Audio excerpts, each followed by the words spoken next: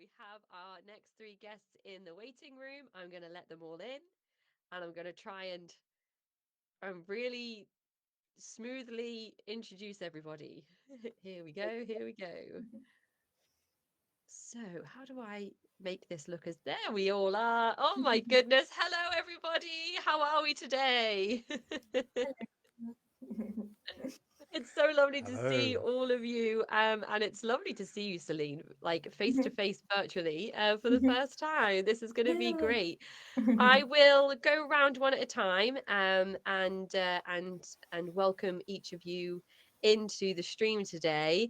Hello, Chris Shelton. Welcome to the show. Would you like to introduce yourself to the listeners? Hi, I'm Chris Shelton. And I'm I guess in terms of this, I'm a former Scientologist, YouTuber, podcaster, writer, whatever. And that's why I'm here today. Well, you say in terms of this, I wonder who Chris Shelton is outside of these terms. Yeah, movie buff, cinephile, dog lover, other things. And also graduate of the Salford course in the Oh, psychology of yes. coercive control. That's right. Consultant for ex-cult members of all sizes and shapes. Amazing. Yeah. Amazing. Thank you so much for being here today, Chris. I truly appreciate it. And hello, Celine. Welcome to the show. Welcome. I'm so happy that we're finally having this interaction. I feel like every time I do something with Stephen, I just Yeah. miss you.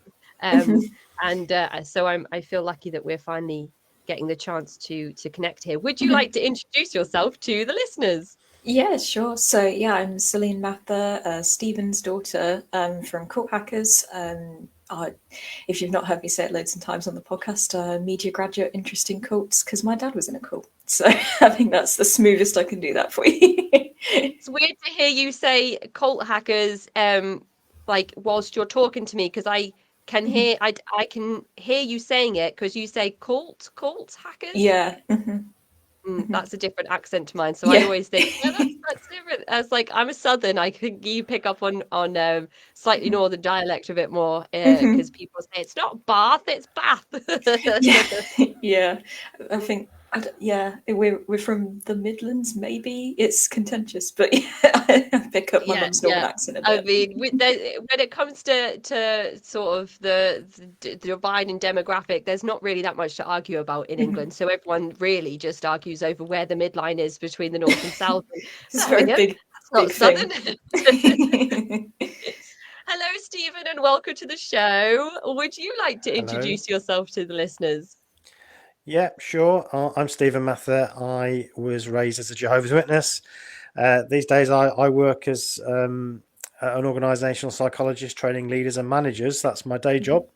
But I really love doing the podcast with Celine. So that's the labour of love is the Cult Hackers podcast. So yeah, I'm very interested in how people operate within these sort of environments. So yeah, there's a bit of a crossover between my day job and my other job, really. Would you say that, given your lived experiences, you have a keen eye for preventing cult-like environments to form in organizations, businesses, and workplaces? It's an area that I've become increasingly interested in, really. I'm not sure I've always noticed that. I think since really getting involved in talking about cults, which has only happened in the last sort of 5 years, I've been left sort of 20 years. So most of that time I've just had my head down trying to catch up with all the lost years of education and career. So really only in the last few years has it really started to occur to me that there is a lot of crossover between cults and just normal organizations. They do a lot of the same things. But obviously there's an element of unethical behavior and taking to certain things to an extreme in these groups. But I think we can learn a lot from understanding organizations and applying that to cults. So that's one of my sort of areas of interest at the moment. I see Chris like nodding away there in agreement to all of the things that you're saying. Chris, in terms of your experiences of growing up in Scientology and then leaving that religion, organization, cult behind, what would you say you did in terms of telling your story and speaking out? Because I recall that it was a slightly different approach in terms of keeping your head down. Oh yeah, no, I didn't. I just went right for it. I started talking right away. I didn't have a rest period. I was mad, and I didn't demonstrate. I tried really hard not to demonstrate that anger. I can't say I totally succeeded, but I think so, because everybody thought, wow, you recovered so quickly, you got over this so fast, and I was like, who said I got over this? But that was definitely the thing. Was within a year of leaving, I was on YouTube talking about it. And what year was it that you officially left the religion? 2013. 10 years. 2013. Yeah. 10 years. Congratulations on a decade out of the group. That's right. That's right. Next year will be 10 years speaking out. Wow, that's huge. And look at everything that has happened in those 10 years. You have thrown yourself into this work, and you have one of the most extensive libraries of content that I have come across to date on this particular subject. So thank you so much for your commitment on exposing certain groups and using your lived experience as an anchor to do that as well, because it puts you in a very vulnerable spot. Yeah, my channel has been a real documentation of my own recovery process, and I'm kind of bringing everybody along for the ride, which of course brings in a lot of educational material, because that's been, crucial to my own recovery. Only in the last couple of years have I ever really started any kind of therapeutic process. Most of it has been educational, psychoeducation.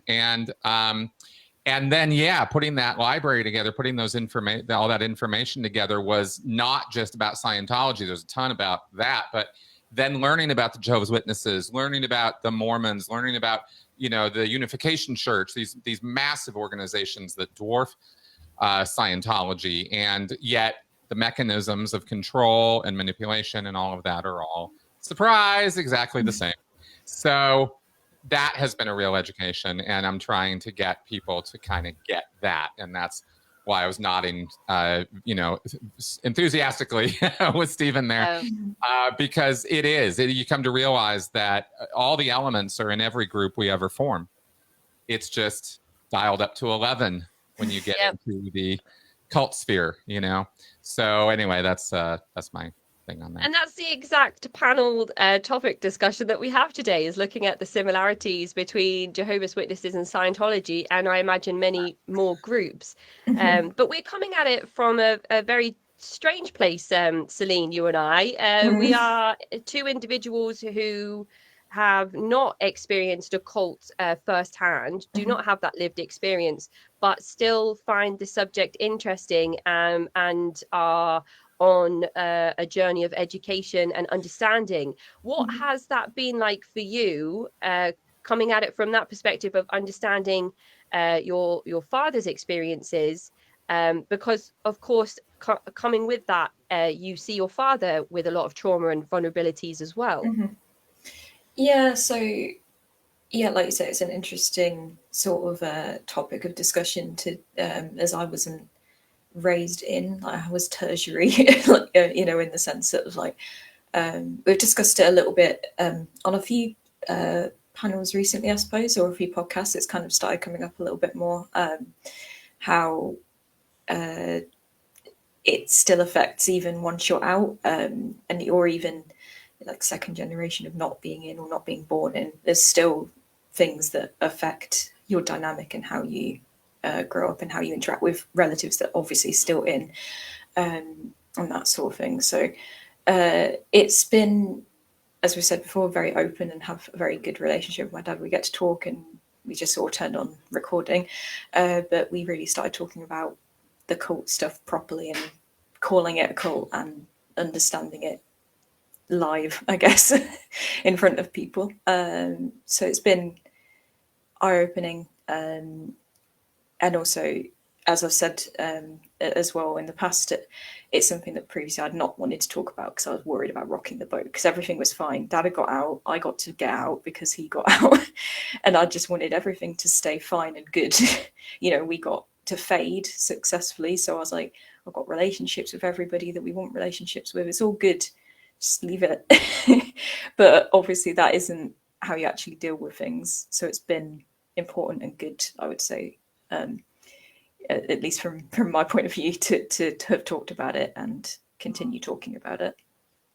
Yeah, and that's a very precarious and difficult spot that you've just spoken about there. That many people that have been on the Cult Vault podcast have spoken about that difficulty of burying your head in the sand or moving on and not rocking the boat, or in some cases being physically in but mentally out. So not actually leaving, but still being in and not believing in the beliefs or feeling truly part of the community, but also feeling like you can't leave.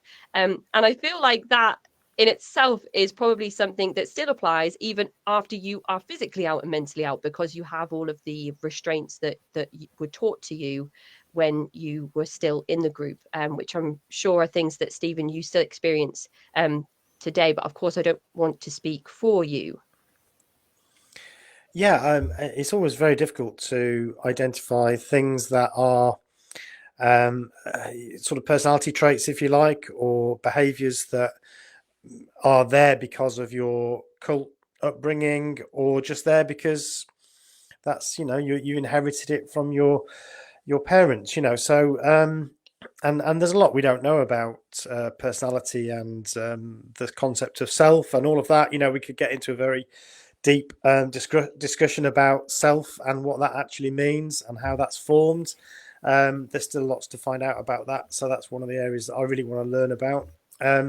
But yeah, it's hard to know. So yes, I think certain things you do notice. I guess things around often as when you grow up in a cult, you're conditioned to think not of yourself, you know, so you should really be thinking of the group.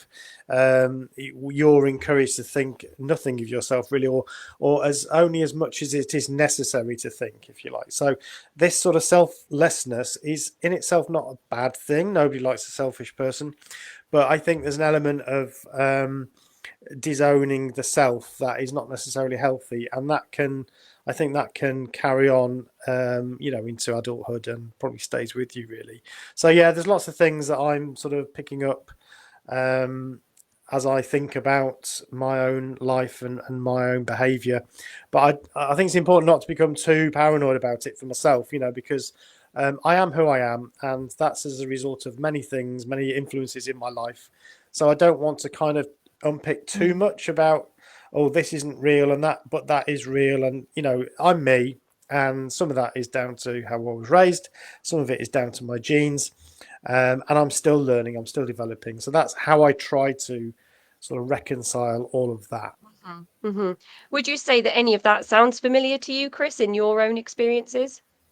Well, sure, of course. You know, growing up with a certain paradigm or a certain belief set, and then coming to hit the big wide world and realize it's not that way at all, and that not everybody responds to those things or even thinks that they are very unique or valuable to know about. You know, Dianetics, I've got it all here. I've got the answer. You know, and yeah, yawn, whatever. A cult, whatever, and you just like, oh, I thought everybody was on board with this, or I thought, you know, these various things. And so I think for me, coming out of that and recovering from that has been a process of reacclimation. I compare it to, more than getting into the personality aspect of it, which is absolutely, there's tons that we kind of brushed up against in the program on coercive control about personality theory and the concept of self and all of that, because it does get into that with identifying with the cult or the cult leader or the belief set.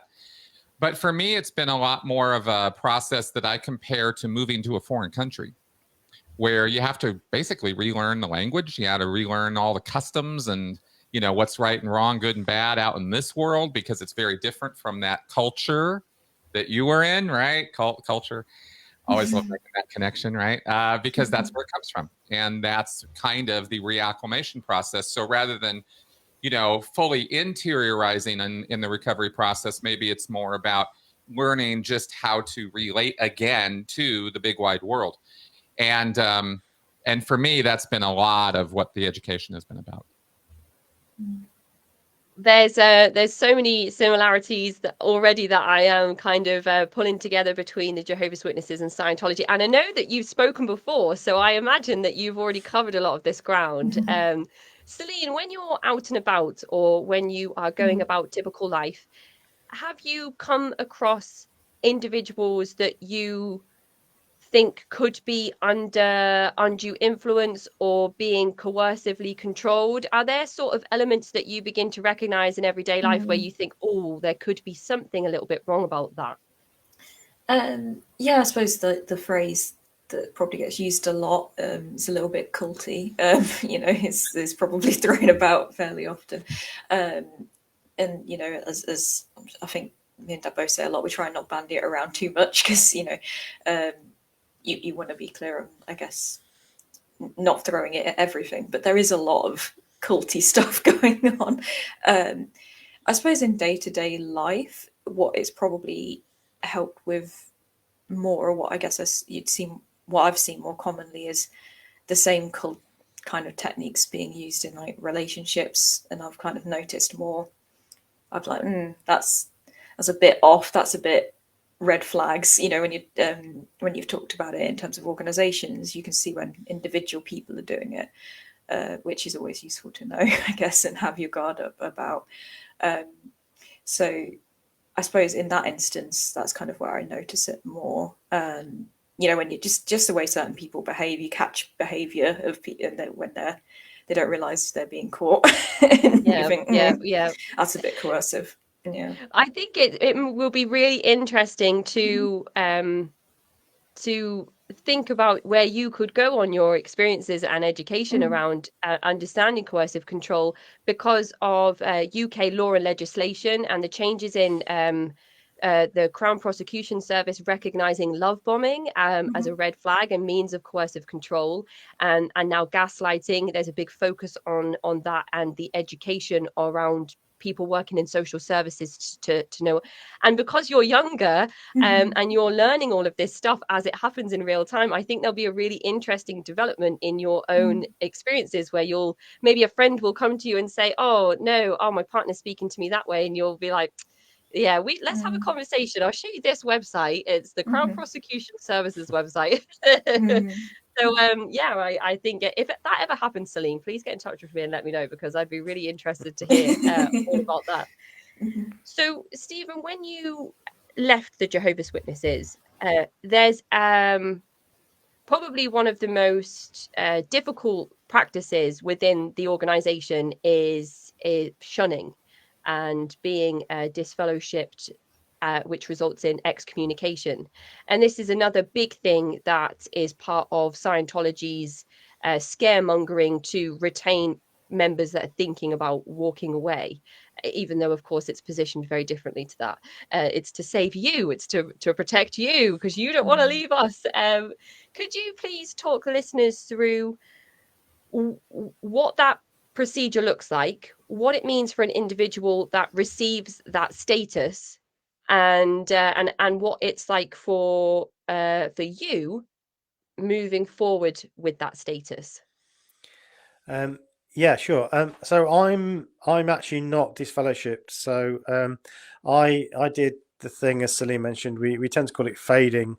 But essentially, when you fade, you need to have a bit of a plan to think about how you're going to do this thing without having to go through what's called a judicial committee. So by the time I decided to leave, I was around 30. I was already married. Celine was just born.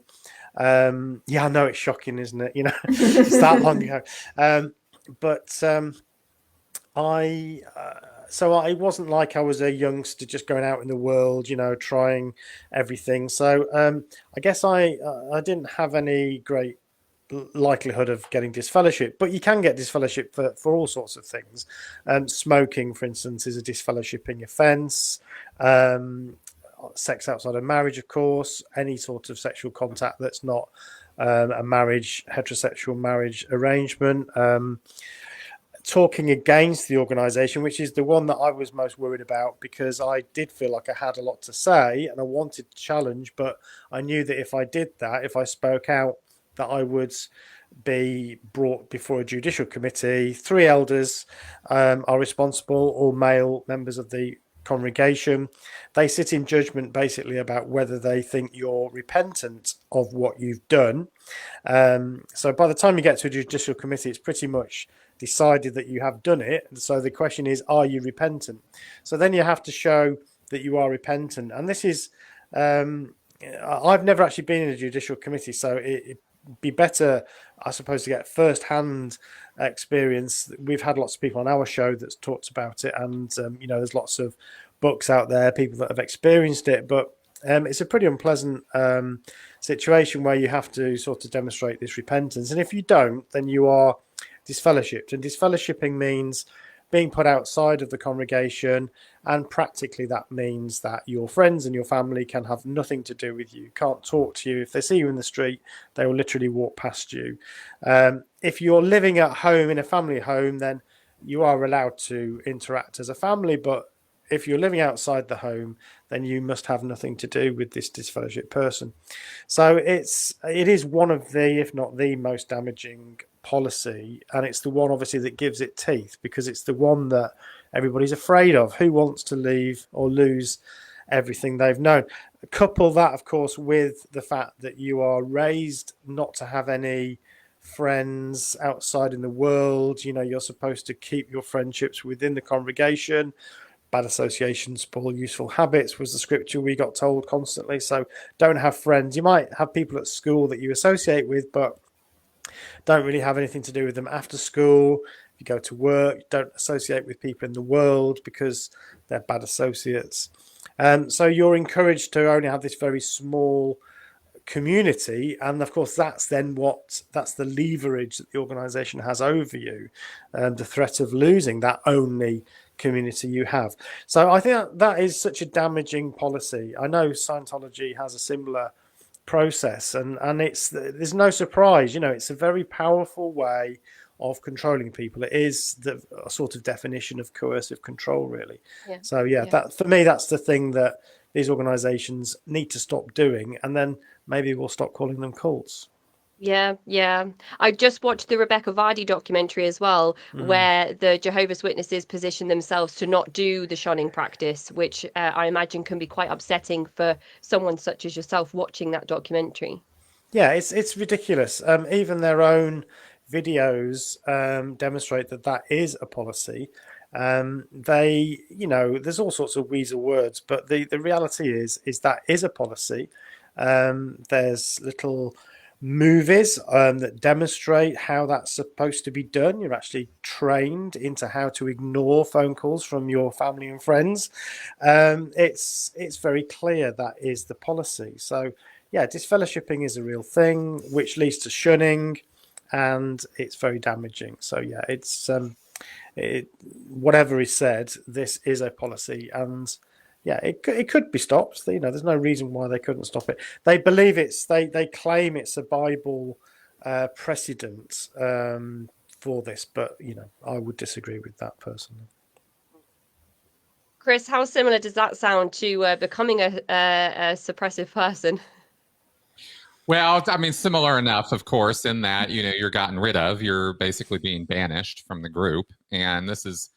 I guess we have to acknowledge the fact that every group does do this in one fashion or another, but it's the extreme finality of it and the rather contentious reasoning for it that I think a lot of us have problems with this, right? You smoke a cigarette, you're banished for life. That's a bit rough, right?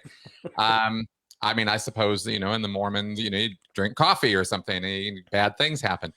So in Scientology, of course, if you ever go against Scientology in any way, or you're pushing back hard in a public way, speaking out publicly against it, there's a whole list. There actually is a very formalized dogma in Scientology around this. They have what are called suppressive acts, and this list goes on for pages. Various things that are considered suppressive. You are suppressing the good of man. You are an antisocial person. You are an enemy of mankind. You're not just somebody who screwed up. So the path out is pretty extreme, and when they do that, and I have been about as thoroughly declared suppressive as you can be, then it's official. It's actually written on a piece of paper, goldenrod colored paper. Although they really have stopped doing that lately because of all the exposure. Scientology is hilarious because they'll keep, I mean, not really hilarious, but it's kind of tragically stupid that they will keep doing what they were doing, but they won't, but they'll make it look like they're not. They try, oh, no, we don't declare people. Now they have another term for it called dead filing, where you're dead filed, where. Oh, wow. That does not sound any better. Right? And yet, there it is. We have, in other words, we got to get rid of you, but we're not going to give you your goldenrod piece of paper, which lists out for everybody to read. And they post these on notice boards around the churches around the world. All your crimes. It's a character assassination essay by the church on you and why they're kicking you out. And it's usually been, historically speaking, they have classically been filled with exaggerations, half-truths, untruths, just total nonsense. And then as more and more of these became posted on the internet, they kind of stopped doing it altogether.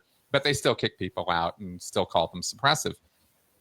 And when you're suppressive, it's very final. There's no. It's a very black and white thing. You're out, and no one in that community who calls themselves Scientologist in good standing can be connected with you in any way. And I mean any way. So if your family are Scientologists, if you work for a Scientologist, if you're friends with Scientologists, no longer. Like overnight, no longer. You're fired from your job. You're out of the family. Here are the divorce papers. Your kids will disown you. It's like that. And overnight, my Facebook friends were gone. I mean, it was just like, boom, they were gone. And I can laugh about it now, but at the time, it was quite devastating. I mean, people I had known, worked with, friends with for 20 years, gone. Because the church said I was a bad person. And, my badness consisted of calling their practices into question and wondering about certain things and doing, not wanting to be there. And so, well, okay, you don't have to be here anymore. Bye. And there was even a period, and I thought I might ask about this with the Jehovah's Witnesses, but with Scientology, I thought it might be interesting to see what you got to do to get back. Because there are formalized steps to come back into Scientology, and theoretically, I could do them. Not that I'm ever going to. Believe me when I say I have zero desire to ever go back into that group. But the steps of the Scientology get back in good graces are called A to E. And do you want me to go over these real fast? Yeah, that would be great. Okay, cool. So first one, step A, tells the person to stop committing seesaw attacks and suppressions so that they can spiritually grow again, right? Because the idea in Scientology is if you're committing these bad, atrocious acts against Scientology, it's impeding your spiritual progress. And Scientology is all about spiritual progress. It's Scientology is about attaining godhood yourself, not being in God's good graces or going to heaven. It's about you making your own heaven. So the first thing is stop doing all your bad stuff. A public announcement to the effect that they realize their actions were ignorant and unfounded, and stating where possible the influences or motivations which caused them to attempt to suppress or attack Scientology. And you got to get that signed by witnesses and published broadly. Oh. So I was a sinner, right? Require all debts owed to Scientology organizations be paid off. Require then you have to do an amends project, and it's going to be months or years. It's not like a couple days or a couple weeks and you're back in. This is a months or years long amends thing that you have to do, and you have to get approval on it before you do it. They have to. There's one person in the church you can talk to. His post job title is international justice chief, which I find hilarious these days. Then they cancel all your progress in Scientology, all the classwork you done, any of the auditing you did, any of the progress you made. That's all null and void now.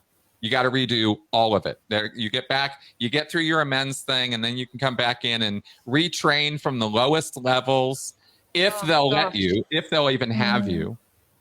Then get all of this noted in your ethics file, and then you're good to go. So basically, I saw in all the years I was in Scientology, I only saw 2 people successfully do all those steps and get all the way back in. Oh. Yeah. Did they have a lot of family and connections inside Scientology? Do you think that would make somebody favorable in that position? It might motivate somebody to want to get through those steps if they have family they're trying to get back to. I can't recall right now that if that was the motivation with the 2 individuals that I knew. One of them is striking me, no, I don't think it was a familial thing, but maybe the other person.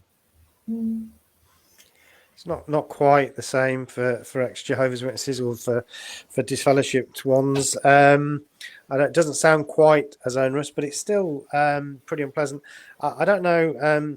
The audience listening might want to check out. There's a movie called Apostasy. I don't know if you've seen that, Casey, but it's a movie written by and directed by a former Jehovah's Witness, and that's kind of one of the main themes in it. A young woman ends up getting disfellowshipped, and so we see a little bit about how that happens. But then a lot of the film is about how she tries to come back.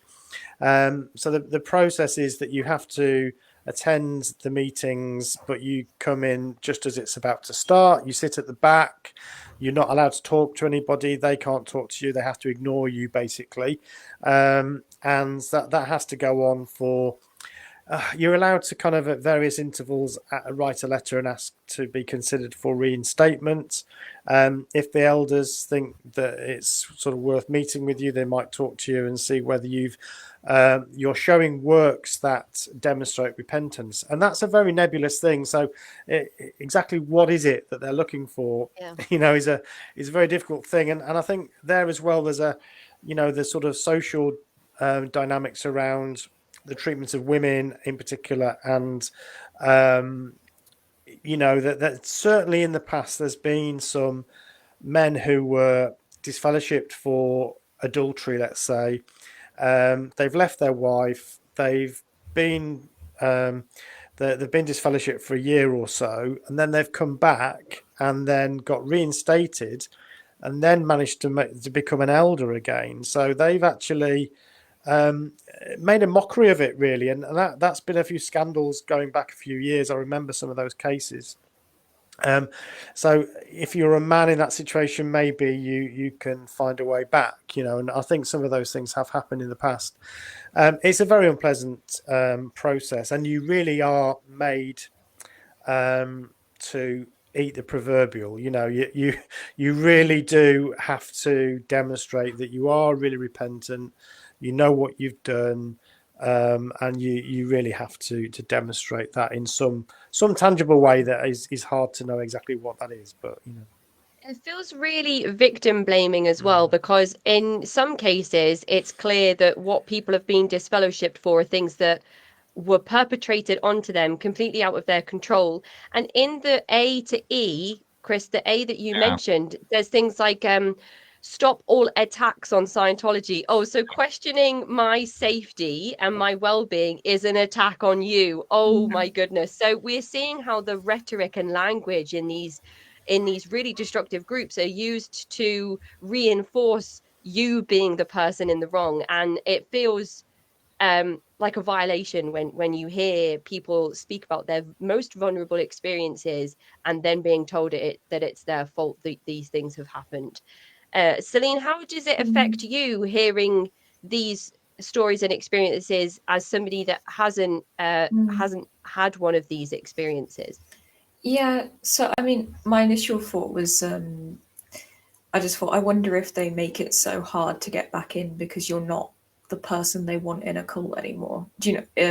like you've been seen to be disruptive and like questioning, and that's not what they want, you know. So it would make it very difficult to get back in at that point, you know. In the because we spoke about it before, that we've recently rewatched the Vow documentary, and it was mentioned in that people that question, I think Keith and Nuri said something like, we don't want those people.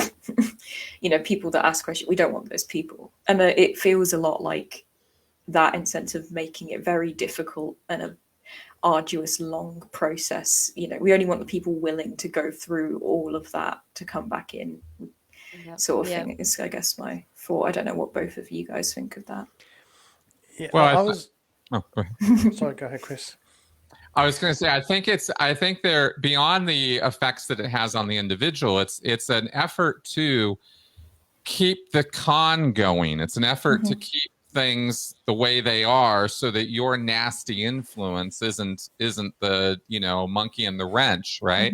The fly in the ointment. And that's what we became in those groups. And so Stephen, you know, just sort of faded. I didn't. I had other things happen, and and it got real ugly. And they don't want that anywhere around. And so it's and that's also why it's all kind of secretive a little bit. You know, it's a little furtive. It's a little, oh, they're not with us anymore, you know, kind of thing. And they'll come up with some, in Scientology, what they would call it is they'd come up with some shore story. They'd come up with some excuse or reason to tell people, you know, why this person is gone. Especially for the more VIP type people who got kicked out or left or whatever. It was just, oh, we don't talk about them anymore.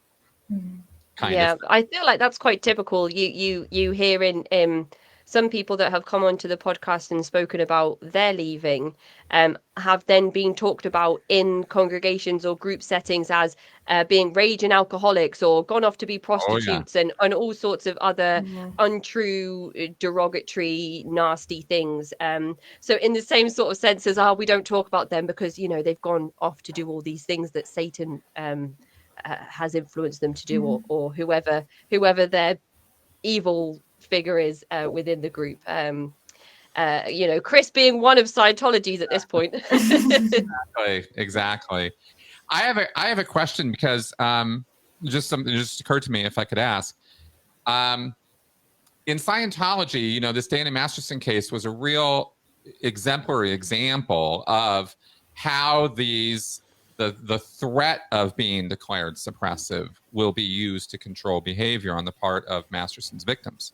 They couldn't go to the police. They were not allowed to talk to anybody outside the church about it.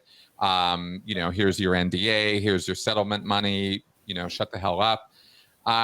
Various tactics were taken with the different victims, but but the common theme was, you know, don't talk, don't go to the authorities. And if you do, you know what's going to happen.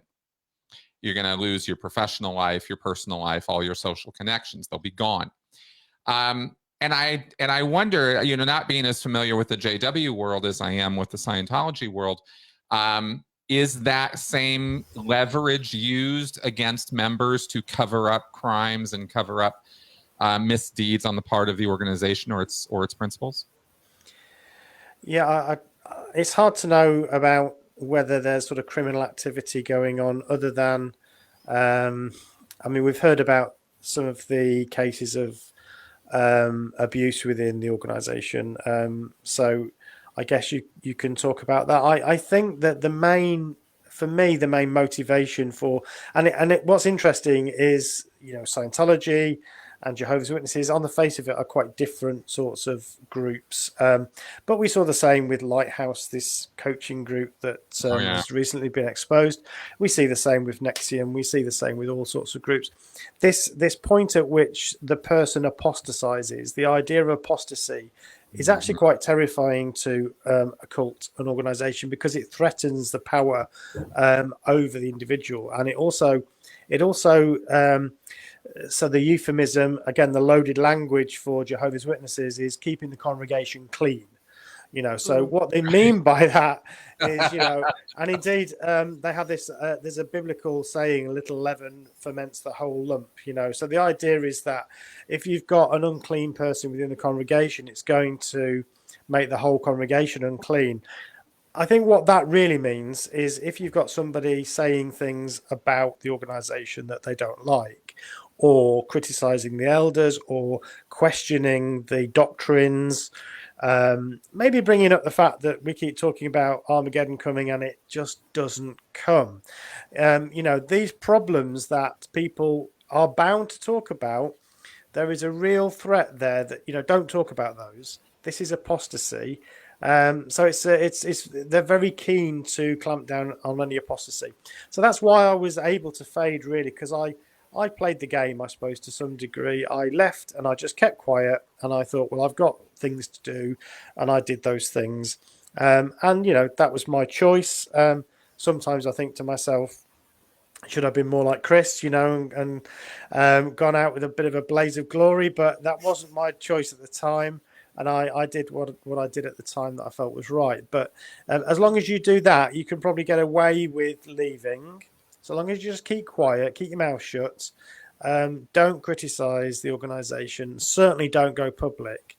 And as soon as you do, and I can speak to this from personal experience, as soon as you do, regardless of how many years it is since you've left, that's when it starts to hit again. So yeah, it's the tool, it's the leverage that these organizations have, and similarities across all of these seemingly different groups. They use the same strategy. Yeah.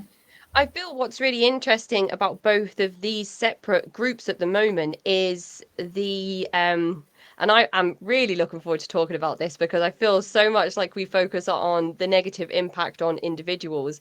We don't focus enough on the negative things happening to the groups. So there's been some landslide decisions made in the world recently regarding the Jehovah's Witnesses, specifically in Norway.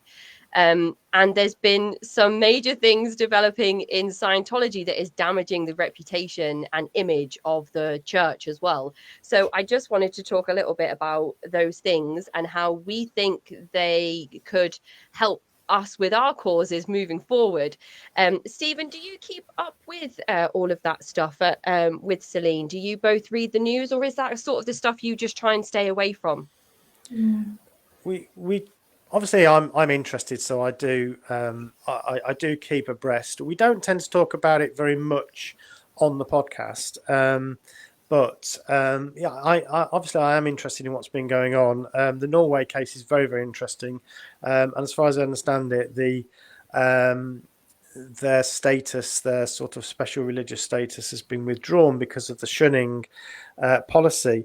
I think that, together with some of the publicity, you mentioned the Rebecca Vardy documentary, which for listeners around the world might not be familiar with her, but this is a kind of famous person who's done a documentary about her experience growing up as Jehovah's Witness. And there's regularly things in the paper now. We had Ali Miller's book come out. She was a big, there was a big part about her in a number of newspapers. In the Daily Mail, there was Heather Ransom, who was an ex-Jehovah's Witness, now a PhD, talked about her experience. And there's more and more YouTubers, podcasters, and I do think it is having an impact. You are starting to see behaviour in the organisation that I've not seen before. Jehovah's Witnesses generally, unlike Scientology, would generally tend to ignore bad publicity and just kind of get on and think that the more they talk about it, the more it keeps the story going. But that seems to be changing. They seem to be much more litigious and taking people on.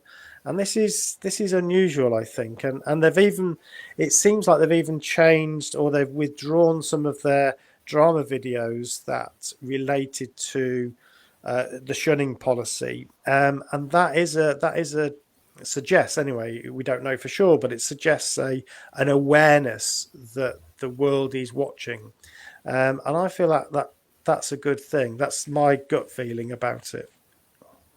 I mean, that publicity has got to do something for individuals considering changing over to the Jehovah's Witnesses as their belief system. So that I mean, if more countries were to follow suit with what Norway's done, we could see some real changes in numbers over the next few years, especially because now in Norway, individuals that are part of the Jehovah's Witnesses organization can't get married in Norway as Jehovah's Witnesses. And I think that's a big deal, because if you can't have sex outside of marriage because you'll get disfellowshipped, Well, and you're a young couple who are like, oh my goodness, yeah. what are we going to do? Then of course you could just go over to kingdom halls in other countries, and I'm sure that there are workarounds. But Yeah, well, what they'll probably do is they'll have a ceremony in the Kingdom Hall, and then they'll go to a registry office and do it that way. So I don't think it'll have that massive effect. But what it and actually, I think, it's a good thing, because Jehovah's Witnesses will want to paint this as persecution,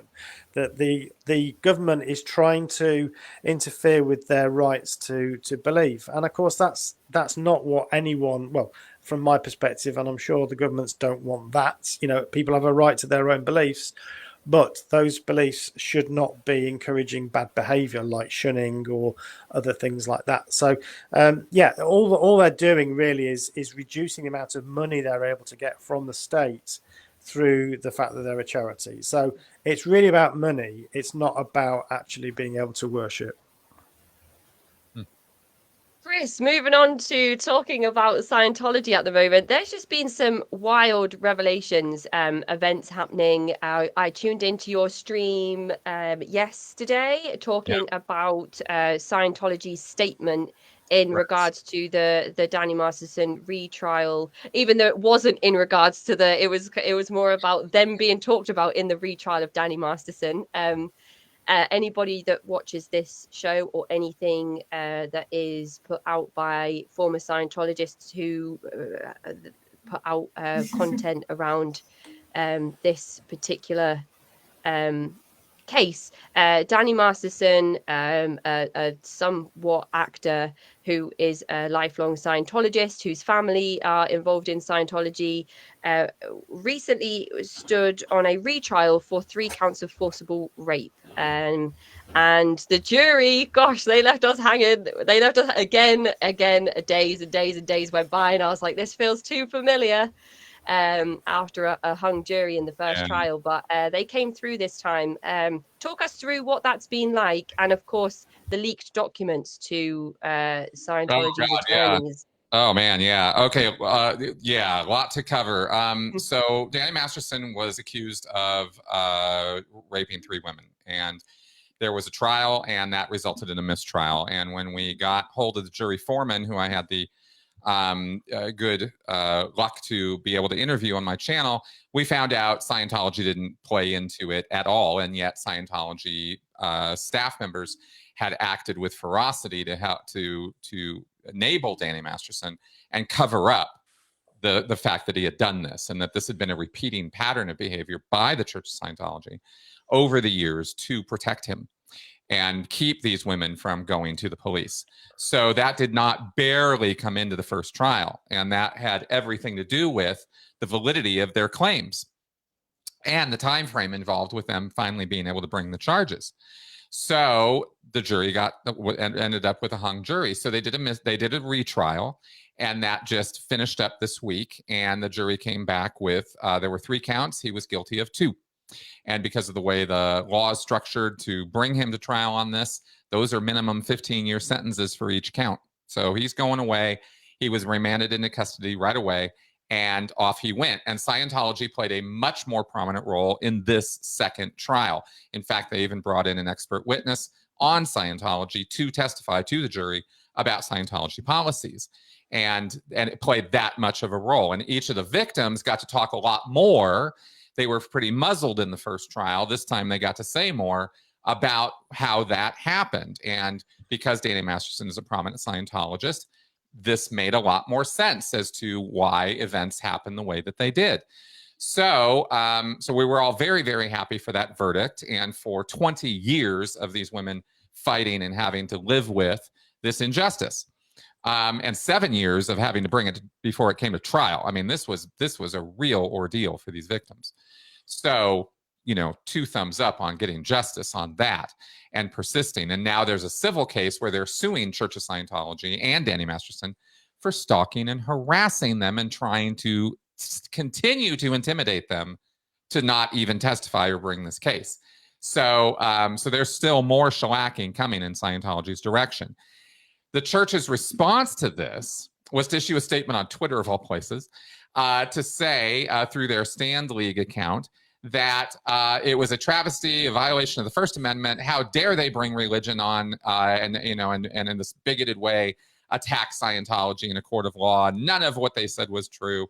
Blah, blah, blah, blah, blah. And of course, it's just misdirection and more further nonsense from Scientology, because it had nothing to do, the trial had nothing to do with Scientology's belief set or its right to practice. That had nothing to do with what was going on in that trial. It had to do with a criminal cover-up.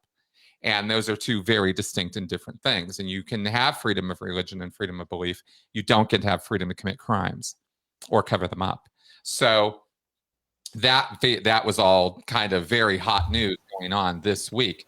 And my live show tonight, I'm going to be talking about the repercussions of that and where we're going with Scientology post this Masterson trial.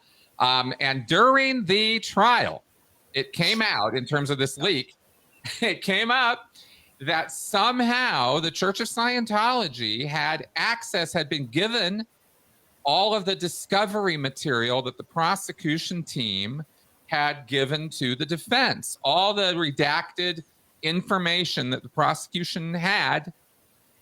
It really only should have gone to the defense team. Scientology was not a defendant in this case. They made very clear that we don't want anything to do with this trial. And then all of a sudden, their own attorneys have access to all this material. Oh, it's so dodgy. It was incredible. It was incredible to find that out, because it was a foot bullet from the Scientology attorney who was complaining to the LAPD and the DA's office about the conduct of the DAs and the police officers who testified in the trial. Scientology was making a big mess out of it. How dare they go on the stand and say we were harassing these victims? That's just not true. And how dare these DAs say that we're doing this when we're not doing this? And they're trying desperately to provide, get themselves some air cover for the civil case and the civil suit that is against them. And in doing so, it turned out they had included a link that showed that the Church of Scientology, had all this discovery information, files and files and files of it. We're not talking about a couple documents. We're talking about like 12 gigabytes of information. And they had no business having any of that at all. And in fact, in the state of California, there's a thing called Marsy's Law, which is specifically a California constitutional amendment to protect sexual assault victims. And because Marsy's Law exists in California and the trial happened there, this leak could well result in criminal prosecution of whoever. Yeah, because the Jane Doe's names and information and everything, and That's right. And then if Scientology were ever to say like, oh, how would we ever even know where these women live? They're not even part of the church anymore. It's like, well, oh gosh, it's so many things. I just wonder before we wrap up, gosh, it's gone so fast this hour. I know that there's a grand jury indictment out as well for the Church of Scientology, but we're not too sure what that's about at the moment. Yeah, let's not use the word indictment quite yet. A grand jury has been called. What they're doing, what they're looking into, we have no idea, other than it's connected to Scientology. Danny Masterson's name specifically was mentioned. That's how we know it's still ongoing, because it came up at a sidebar, actually, at the judge's podium, or whatever you call that, right? The attorneys were talking about it, and we weren't really supposed to hear that, but Tony Ortega was the only guy in the room, and he's like, well, what was I supposed to do? Say nothing. Like, if you want to keep it quiet, go in the judge's chambers. It's an open courtroom here. So that's how we know about that. So we are very, very, very excited about the potentials, the possibilities of what that could mean. Other investigations on the part of the FBI. Of course, this opens up with what came up in the trial. The DA's office may look into that further in terms of criminal cover-up. It would certainly be their duty to do so. So we'll see what happens. There's so much happening, and there's lots happening with our respective projects as well. So before we finish up today, I just wanted to let everybody know that first of all, we've got some amazing that I can't get to them with my headphones in, but we've got some amazing Cult Hackers mouse mats. And I said to Stephen when he sent me a picture, I was like, I don't have a mouse. I use my trackpad, but now I'm kind of there's one. Now I feel like I need to go and actually get myself a mouse because these are really, really cool. So thank you so much for contributing those to the raffle today, Stephen. I truly You're appreciate welcome.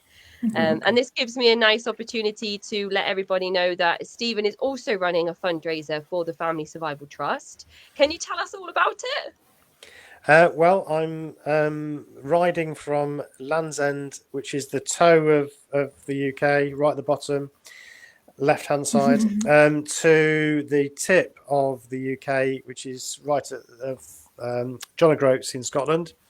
So I'm doing that in September on a bike. So I'm joining a group of cyclists to do that, and it takes about 10 days. It's over 1,000 miles.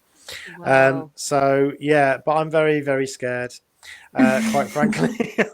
I am training, obviously. I'm trying to lose weight and get the fitness I need.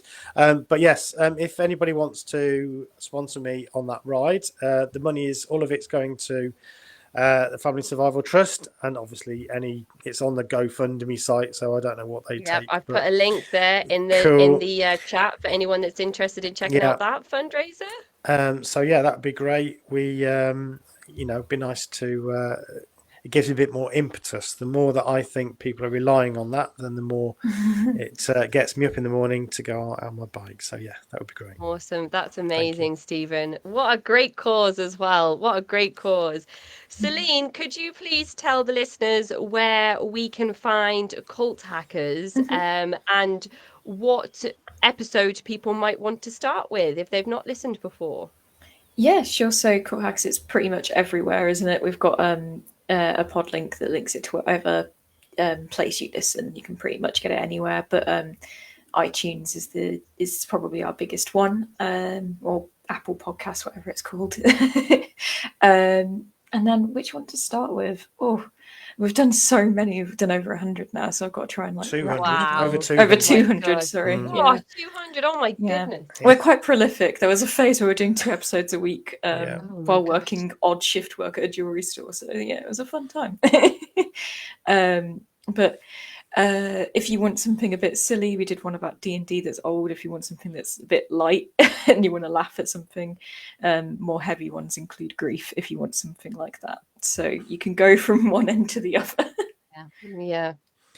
That's awesome. Cult Hackers, everybody. If you go to cultvaultpodcast.com, there's a page about the stream today with every guest's picture, a description, a bio of each guest, and links to all of their things. And Chris's section leads to his YouTube page. Chris, can you tell us all about your podcast, your YouTube channel, and your weekly schedule? Because you go live all the time. Yeah, I'll be going live tonight. In fact, Friday nights we do a live show, Critical Conversations. And I have a podcast that posts every Saturday. Not at all to play one-upmanship, but episode 389 is dropping tomorrow. And then I've been doing a weekly Q&A show, and episode 413 of that will drop this weekend. On Sundays, that's when that comes down. And then, let's see, I do a weekly show with Tony Ortega every Monday.